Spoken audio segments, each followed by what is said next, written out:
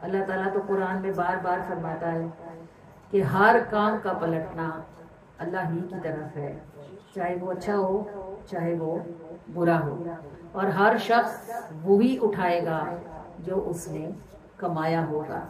جس نے نیکی کمائی ہوگی وہ نیکی اٹھائے گا، جس نے گناہ کمایا ہوگا وہ گناہ اٹھائے گا۔ لا تزر وازرۃ وزر اخری، کوئی بوجھ اٹھانے والی جان اس دن کسی دوسرے کا بوجھ نہیں اٹھائے گی۔ ہر شخص کو اپنا ہی کیا اپنے کندھوں پر لے کر چلنا پڑے گا۔ جب انسان پیدا بھی مٹی سے ہوا، جب اس نے جانا بھی مٹی میں ہے، جب اس نے اپنے کاموں کا بوجھ اپنے ہی کندھوں پر اٹھانا ہے، تو پھر کیا ضروری ہے کہ بندہ اپنی کسی بھی خوبی پر اکڑتا پھرے، اور کیا لازم ہے کہ انسان دوسرے کے کاموں کو ٹانگ ہی اڑاتا پھرے۔ حضرت رابعہ بصریہ سے کسی نے پوچھا کہ آپ کو شیطان سے ڈر نہیں لگتا، آپ نکاح کیوں نہیں کرتی؟ مطلب جو بندہ شادی شدہ نہیں ہوتا اس کے زنا میں پڑنے کے چانسز زیادہ ہوتے ہیں، کیونکہ اس کو شیطان اکیلے پا کر بہکاتا ہے۔ تو ان سے کسی نے کہا کہ کیوں نہیں آپ نکاح کرتی ہیں، آپ کو شیطان سے ڈر نہیں لگتا؟ تو بڑا خوبصورت جواب انہوں نے دیا، انہوں نے فرمایا مجھے رحمان سے ڈرنے سے فرصت نہیں، تو شیطان سے کیسے ڈروں گی؟ تو اللہ کریم ڈرنے کی توفیق عطا فرمائے۔ بندہ کہیں بھی پہنچ جائے اسے کبھی بھی اپنے رب سے بے خوف نہیں ہونا چاہیے۔ ہمیں نہیں پتا کہ جس کام کو ہم نیکی سمجھ کے کرتے ہیں اللہ کے پاس وہ قبول ہوتا ہے یا نہیں ہوتا، اور جس گناہ پر ہم بے غم ہے کہ چھوٹا سا ہے، چھوٹا کوئی بات نہیں، اللہ بڑا رحیم ہے، کیا پتا کہ وہی پکڑا جائے اور بندہ اس میں رگڑ دیا جائے۔ اللہ کریم و مہربان عاجز ہونے کی توفیق عطا فرمائے، اور اللہ تعالیٰ اس عاجزی پر زندہ رکھے اور اسی پر مرنے کی سعادت نصیب فرمائے۔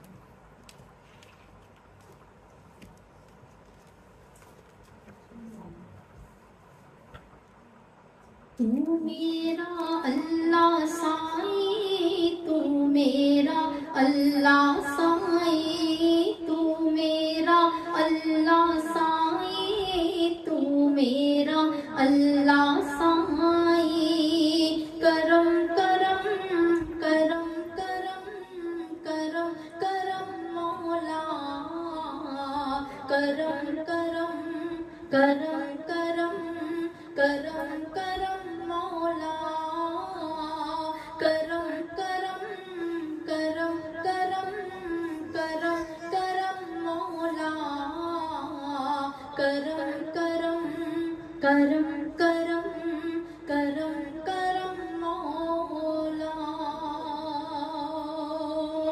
میں خاک دی چٹکی آہی، تو روح میرے وچ پائی، میں خاک دی چٹکی آہی، تو روح میرے وچ پائی، میں ادنا تے سودائی، تیرے کرم دی آس لگائی، میں ادنا تے سودائی، تیرے کرم دی آس لگائی، میری آس نو توڑ چڑھائی، میری آس نو توڑ چڑھائی، تو میرا اللہ سائی، تو میرا اللہ سائی، تو میرا اللہ سائی، تو میرا اللہ سائی، تو میرا اللہ سائی۔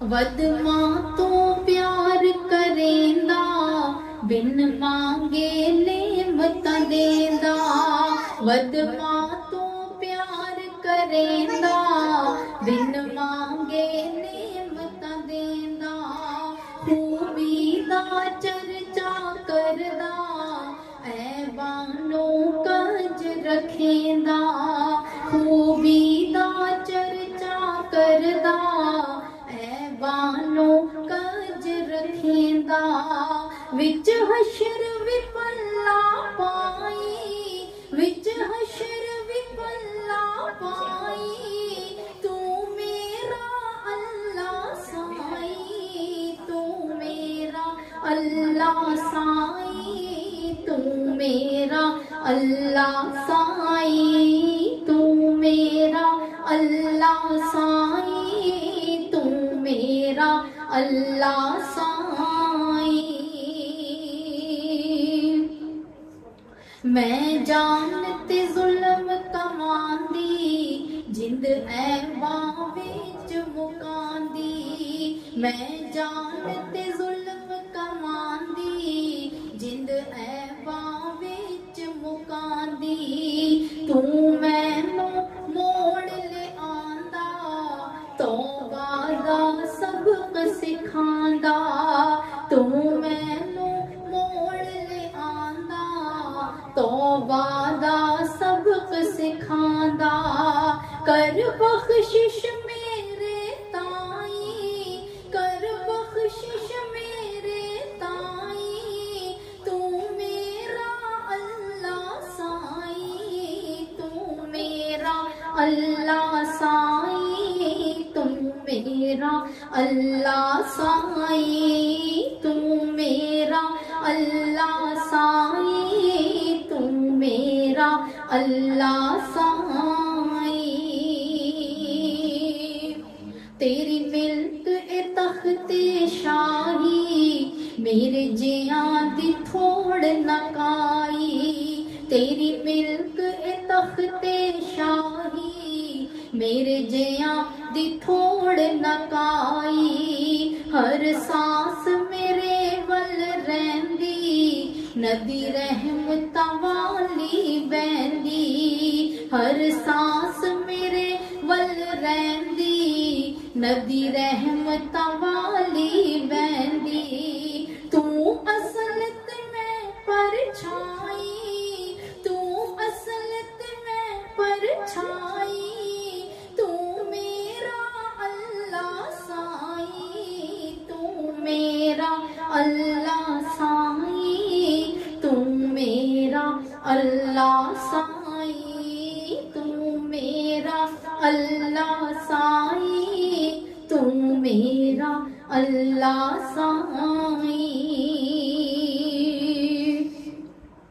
ول ایواں نال بھریاں مولا بندی تے تیریاں ول ایواں نال بھریاں مولا بندی تے تیریاں میرے رستے سیدھے کر دے مینوں رنگ رضا دا رنگ دے میرے رستے سیدھے کر دے مینوں رنگ رضا دا رنگ دے نا رہواں وچ مکائی نا رہواں وچ مکائی تو میرا اللہ سائی تو میرا اللہ سائی تو میرا اللہ سائی تو میرا اللہ سائی تو میرا اللہ سائی کرم کرم کرم کرم کرم کرم مولا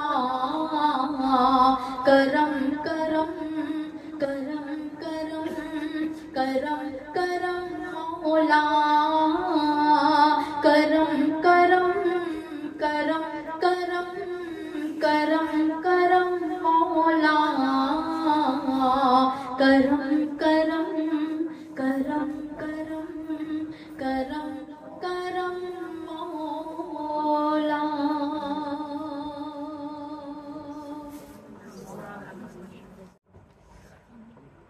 یہ پرویز مشرف کے دور کی بات ہے. پاکستان میں ایک بڑے نیک صاحب گزرے, بشیر احمد ان کا نام تھا, اور انہوں نے کتاب لکھی تھی مدینہ الرسول کے نام سے. اس کتاب میں انہوں نے مدینے اور مدینے سے محبت کے مختلف واقعات تحریر کیے تھے. تو انہوں نے ایک جگہ ایک واقعہ انہوں نے لکھا کہ میں جس کمرے میں میں ٹھہرا ہوا تھا مدینے میں, میرے ساتھ ایک پاکستان کی بڑی سیاسی شخصیت ٹھہری ہوئی تھی. نام انہوں نے کسی مصلحت کی وجہ سے نہیں بتایا. تو کہنے لگے کہ ایک دن ہمارے کمرے کا دروازہ کھلا ہوا تھا تو کوئی بلی کمرے میں آ گئی. وہ کہتے ہیں ہم نے روٹی رکھی ہوئی تھی وہ اس کو دی تو اس نے کھا لی. ویسے مدینے کی بلیاں بہت نخریلی ہوتی ہیں, وہ آپ کے بلانے پہ بالکل آپ کے پاس نہیں آتی, ان کی اپنی مرضی ہوتی ہے تو وہ آپ کے ساتھ کھیلتی ہیں, بیٹھتی ہیں, اور اگر مرضی نہ ہو تو آپ انہیں جو مرضی دکھا دیں, بلا لیں, وہ ایسا ہوتی ہیں جیسے انہیں کوئی پرواہ ہی نہیں ہے. جیسے ہمارے پاکستان میں بلیاں ہوتی ہیں نا, اگر آپ بلائیں تو گھر کی پلی ہوئی بھی ہو تو وہ ڈر کے بھاگ جاتی ہے, وہاں کی بلیاں ڈرتی نہیں ہیں. اور اگر ان کا اپنا دل نہیں ہوتا تو وہ کوئی ایسی آپ کو لفٹ بھی نہیں کراتی, ان کو پتہ ہوتا ہے کہ ہمارا تو شہر ہے اور یہ مہمان ہے, انہوں نے کون سا ادھر رہنا ہے, چلے ہی جائیں گے. تو وہ کہتے ہیں وہ ہمارے کمرے میں آئی تو ہمیں بڑا اچھا لگا, بھی مدینے کی بلی ہے, ہم نے اس کو روٹی ڈالی تو اس نے کھا لی, تو ہمیں بڑا بڑا اچھا لگا. وہ اگلے ٹائم پر کہتے ہیں ہم خواہ خواہ دروازہ کھول کے ہم نے رکھا کہ شاید پھر آ جائے, تو وہ دوبارہ بھی آ گئی. ایک دو دفعہ ہم نے اس کو روٹی ڈالی, جب اس نے روٹی کھائی تو پھر ہم نے بازار سے کیٹ فوڈ خرید لی, وہ پیک میں جو ملتی ہے نا کیٹ فوڈ جو جانوروں کو کھلاتے, کہتے ہیں ہم نے وہ خرید لی اور ہم نے پھر اس کو باقاعدہ کیٹ فوڈ ڈالنی شروع کر دی. تو وہ پھر باقاعدگی سے آنے لگی, 2 دن 3 دن 4 دن, وہ 1 ہفتہ اس نے ہمارے ساتھ نکالا. تو یہ بشیر احمد صاحب کہتے ہیں کہ میرے ساتھ جو سیاسی شخصیت تھی نا, ان کو وہ بلی کے ساتھ ان کا دل لگ گیا, تو انہوں نے اپنے آپ سے خود ہی سوچا کہ مدینے کی بلی ہے اور کتنی شان والی بات ہوگی, میں پاکستان لے کے جاؤں گا تو میں کسی کو بتاؤں کہ یہ مدینے سے لایا ہوں میں بلی. تو آپ کو پتا ہے کہ جہاز میں ایسے جانور لے جانے کی اجازت نہیں ہوتی, ان کا باقاعدہ پاسپورٹ بنتا ہے اور ان کے لیے اسپیشل الاؤ کرنا پڑتا ہے, سعودی گورنمنٹ سے بھی پرمیشن لینی پڑتی ہے, ایئر لائن سے بھی پرمیشن لینی پڑتی ہے. تو وہ انہوں نے, چونکہ وہ اتنی بڑی سیاسی شخصیت ہے, ان کے لیے مسئلہ نہیں تھا, تو انہوں نے سارے کاغذات وغیرہ بھی تیار کر لیے اور انہوں نے اس بلی کے لیے بڑا خوبصورت پنجرا بھی بنوا لیا اور سارا تیاری مکمل ہو گئی. تو جس صبح انہوں نے آنا تھا پاکستان, کہتے ہیں کہ رات کو وہ نہیں کہتے ہیں وہ آخری سلام کرنے کے لیے جب مواجہ شریف پہ حاضر ہوئے نا, تو وہ کہتے ہیں مجھ پہ غنودگی سی طاری ہوگی, جیسے میری آنکھیں خود بخود ہی بند ہوتی تھی. تو میں ایسے ایک ستون کے ساتھ ٹیک لگا کے ذرا دیر بیٹھ گیا کہ پتہ نہیں شاید میرا شوگر لو ہو رہا ہے یا بی پی لو ہو رہا ہے, میری آنکھیں کیوں نہیں کھلتی. وہ کہتے ہیں میں ذرا دیر میری آنکھیں بند ہوئی تو مجھے رسول اللہ صلی اللہ علیہ وآلہ وسلم کی زیارت نصیب ہوئی. تو آپ صلی اللہ علیہ وآلہ وسلم نے مجھے حکم دیا کہ جیسے اپنے ملک سے آئے تھے ویسے ہی واپس چلے جاؤ. تو کہتے ہیں میں نے خواب میں وہ جو مجھ پہ حالت تھی, میں نے اس میں ہی پوچھا کہ اللہ کے رسول, آپ کے شہر کی بلی بڑی محبت سے لے جانا چاہتا ہوں, نشانی کے طور پر لے کے جانا چاہتا ہوں, میں نے اس کی ساری تیاری بھی کر لی ہے.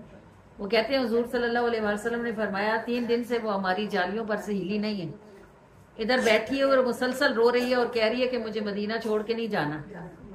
اس کی مرضی نہیں ہے تو تم اس کی مرضی بغیر اسے ہمارے شہر سے نہیں لے جا سکتے. تو جس طرح آئے ہو اپنے وطن اسی طرح واپس چلے جاؤ. ان آقا کے قربان جائیں جنہیں بلیوں کا بھی اتنا خیال ہے, جنہیں اپنے شہر کی بلیوں کا بھی اتنا خیال ہے. سوچیں انہیں اپنی امت کا خیال کس قدر ہوگا. اور آپ یہ دیکھیں مدینہ ہے کتنا پیارا.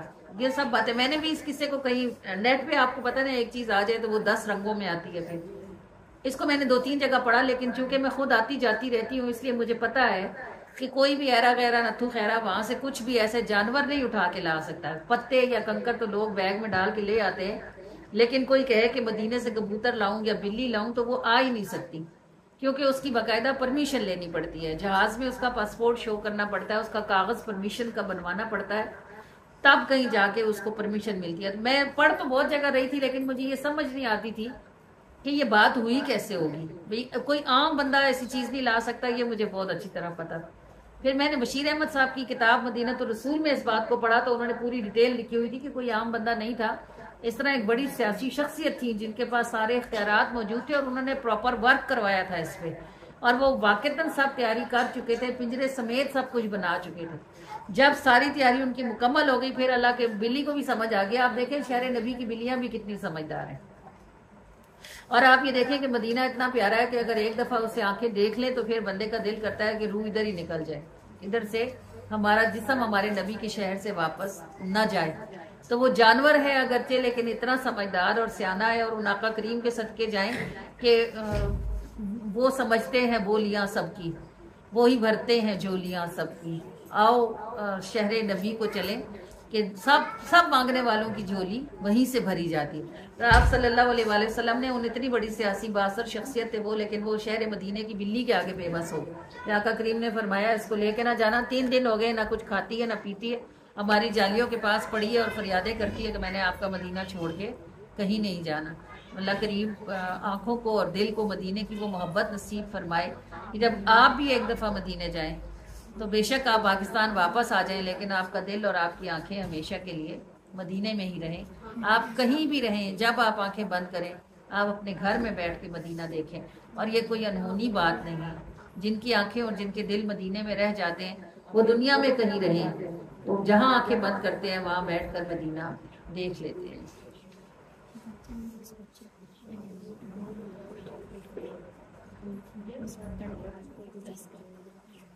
آپ شروع کروا دیں۔ دل مدینے میں لگا ہو تو کوئی بھائی کہاں، لاکھ منظر ہو ہنسی آنکھ میں سمائے کہاں، دل مدینے میں لگا ہو تو کوئی بھائی کہاں، لاکھ منظر ہو ہنسی آنکھ میں سمائے کہاں، دل مدینے میں لگا ہو، جنتیں سج کے بھی آئے تو باریاب نہ ہو، جنتیں سج کے بھی آئے تو باریاب نہ ہو، نظر جمال رخ یار سے ہٹائے